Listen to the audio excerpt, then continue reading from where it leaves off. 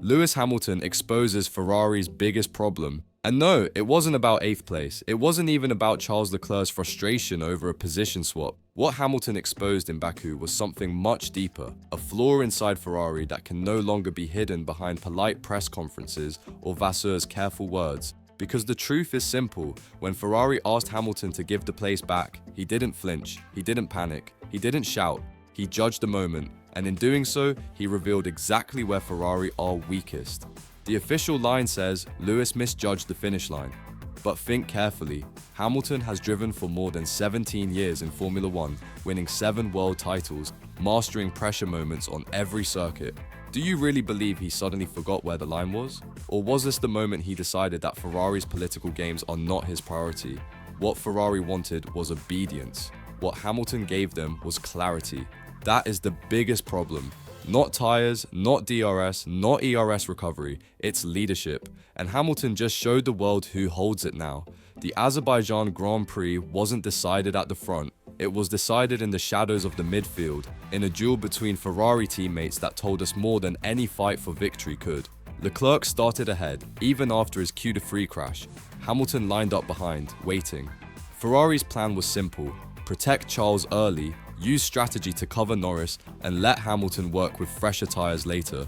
But the plan cracked. Leclerc's hybrid system faltered, robbing him of the punch on the straights. He pitted early, too early, and was forced into a desperate long stint. Hamilton, by contrast, was patient, stretching his race, then striking with pace on newer tyres. The radio told the story. Leclerc snapping for updates on Hamilton's lap times, Ferrari whispering orders, and finally the call: let Lewis through. It wasn't generosity, it was necessity. Ferrari knew Hamilton had the speed, but when he couldn't pass Norris, the mask slipped again. The order came to give it back.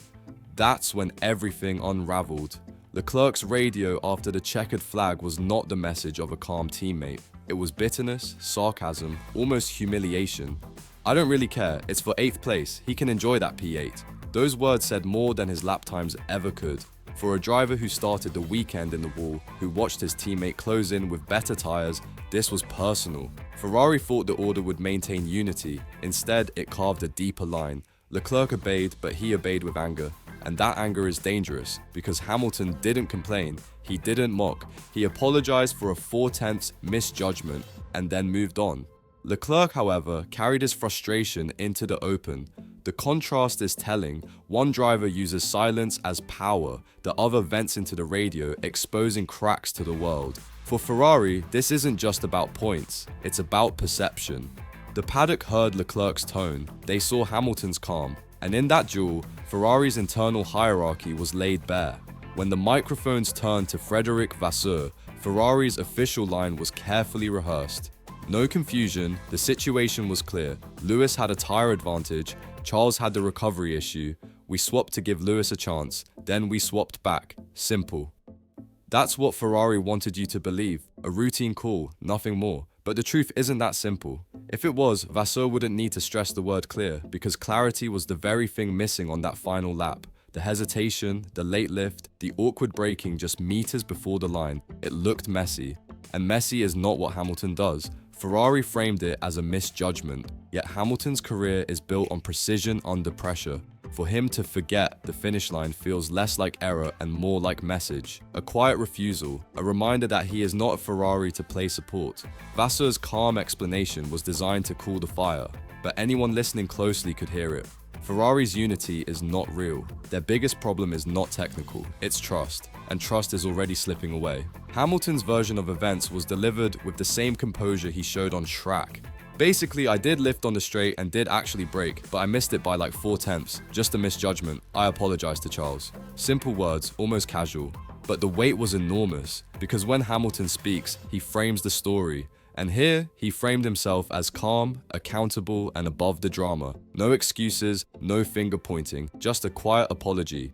In one breath, he diffused the controversy and exposed Ferrari's inability to handle it. Leclerc sounded wounded, defensive. Vasseur sounded like a man patching holes. Hamilton? He sounded like a leader choosing which battles matter.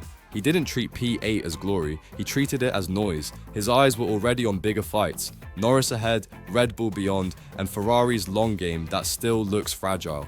The irony is sharp. The man accused of misjudging the finish line judged the moment better than anyone else. And in doing so, he reminded Ferrari, who really sets the tone inside their garage. What happened in Baku didn't stay in Baku. Rival teams were watching. McLaren, Red Bull, even Mercedes, they all saw Ferrari stumble over something as small as an internal position swap. And in Formula One, perception is power. When a team looks divided, every rival sharpens the knife.